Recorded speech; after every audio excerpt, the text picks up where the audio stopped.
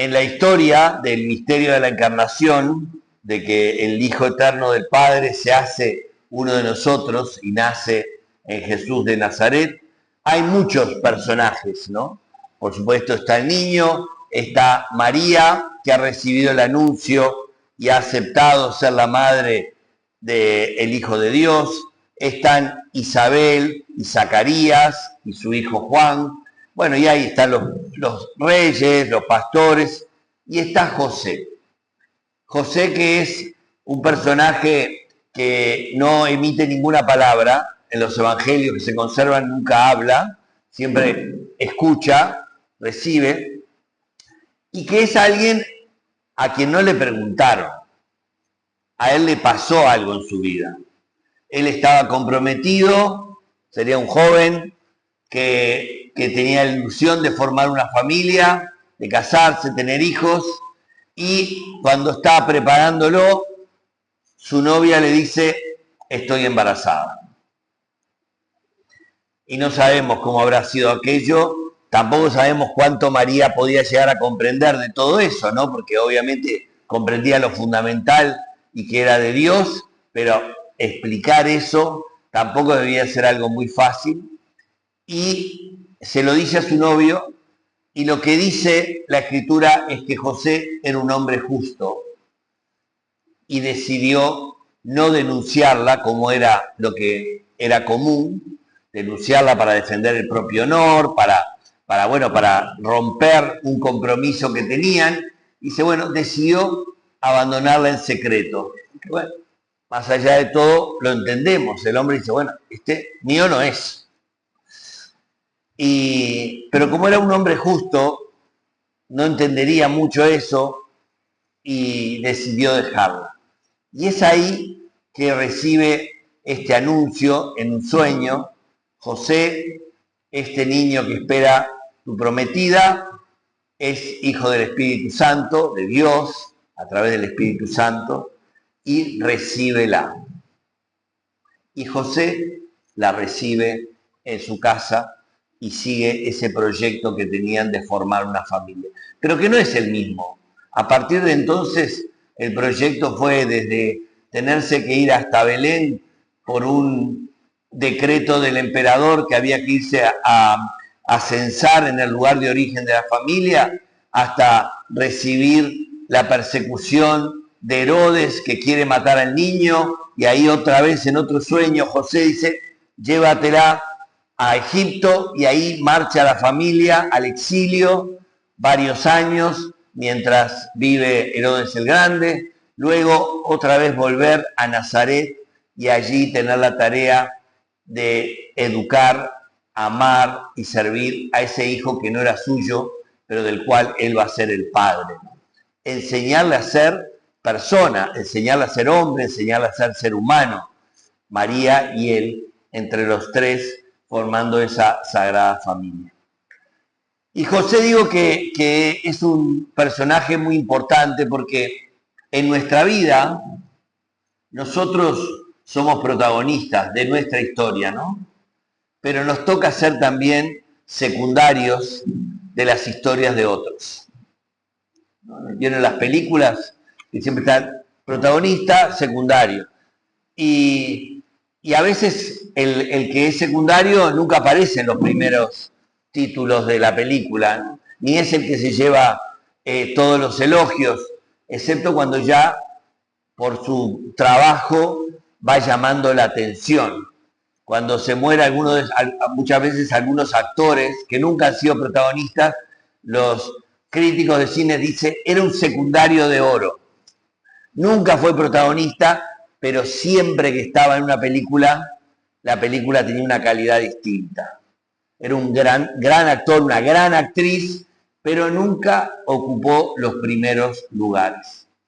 Y José, de alguna manera, en esta historia del misterio de salvación, es un secundario de oro, porque asume algo que él no decidió, que él no pidió, que él no se esperaba, y lo asume en su vida porque Dios se lo pide y lo lleva hasta el final, y se compromete hasta el final.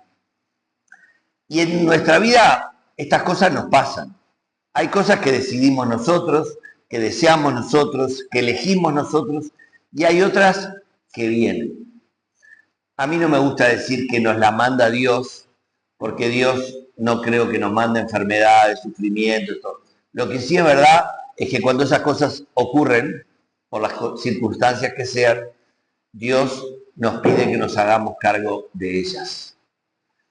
A veces es en un matrimonio y nace un niño con una discapacidad. No es que Dios los quiso probar y les mandó un niño con una discapacidad. La realidad es que nació. Y lo que sí Dios nos pide es que nos hagamos cargo. Y además nos dice que va a estar con nosotros en eso. O nos pasa cuando un día nos despiden del trabajo y no nos lo esperábamos, no, por lo que fuera, por las razones que sean. Y no es que Dios nos quiere fuera del trabajo, pero Dios nos pide que asumamos eso y con eso sigamos viviendo. En la vida nos pasan cosas y a veces nos rebelamos contra esas cosas, lo cual es muy humano, pero no quiere decir que sea lo mejor, ni que sea lo que el Señor nos pide. Después de que se nos pase un poquito la rebelión, tenemos que decir, bueno, esto es lo que me toca y con esto tengo que vivir y con esto tengo que seguir sirviendo al Señor y a los demás. Por eso José es un santo, yo soy particularmente devoto de San José. Es alguien que cuando entro a una iglesia, obviamente el Santísimo primero, pero me encanta encontrarme con imágenes de San José. Me encanta. Tengo particular en mi despacho, tengo el escritorio de San José, en el escritorio de mi cuarto tengo un San José, y le tengo mucha devoción, porque San José es ese discípulo silencioso, paciente, pero que se la juega a todas, y que está, y que acompaña. María, lo que vivió María, lo que le tocó, pero tuvo un gran compañero al lado, que la ayudó. María sola, ¿qué hubiera hecho en aquella época? Si él la hubiera abandonado, si hubiese tenido que dar la cara con un hijo que nadie sabía bien de quién era, todo lo que tuvo que vivir, bueno, tuvo un compañero al lado, silencioso, paciente, humilde, que la sostuvo. Y por eso San José es este santo al que uno recurre cuando necesita apoyo, sostén, alguien que me dé una mano en este momento, ¿no? La historia, ustedes saben, de Santa Teresa, que la tenemos allí.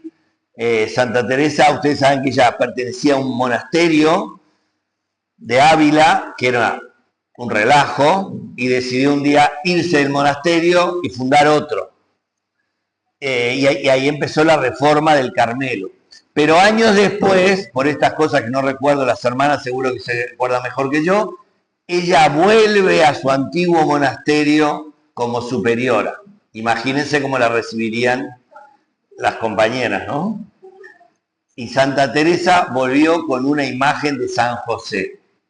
Y en el sitial de la priora, de la superiora, en lugar de sentarse ella, fue y puso a San José. Acá el que manda es San José.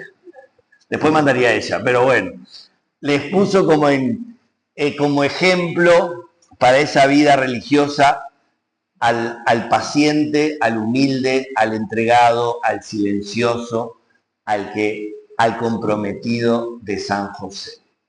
Y por eso en estos días que nos quedan del Adviento y en los días de Navidad, que llegan hasta mitad más o menos de enero, el contemplar en el pesebre el niño es lo fundamental. María, muy bien, pero también contemplar a José y rezar a José y pedirle, a lo mejor por situaciones que estamos viviendo nosotros de familia, de trabajo, de vida, en que necesitamos a ese protector, pedirle a él, pedirle que nos ayude, interceda por nosotros para que seamos más pacientes, para que seamos más humildes, para que seamos menos ruidosos en el mal sentido de la palabra.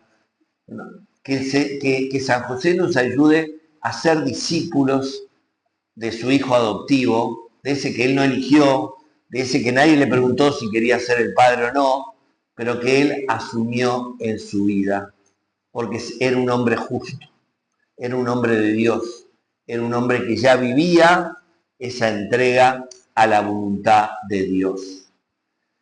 Nosotros, ser cristiano es buscar la voluntad de Dios en nuestra vida y seguirla, ¿no? Por eso a mí siempre me gusta decir que hay que pedir lucidez para descubrir la voluntad de Dios y coraje, porque uno puede tener claro cuál es la voluntad de Dios y no estar dispuesto a hacerlo, ¿eh?